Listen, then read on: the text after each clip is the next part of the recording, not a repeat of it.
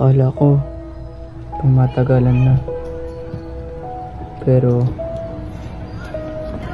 Hindi ko na kaya talaga maghintay pa. Pasensya na, primo. Hindi ko na talaga kaya.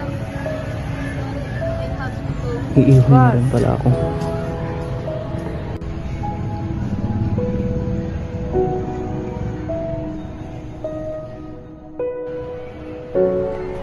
Isa pa to sa mga nagiging problema ko.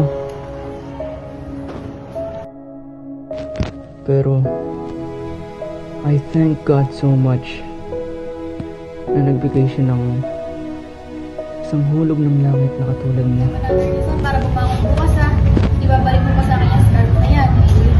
May garabaw na, may pupuntahan pa ako eh. Bye!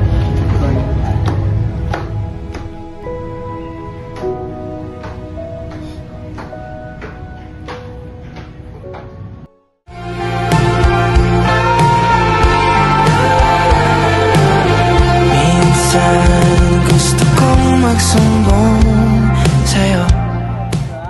Hanggang kailan ba ako papahirapan ng ganito? Ayoko na.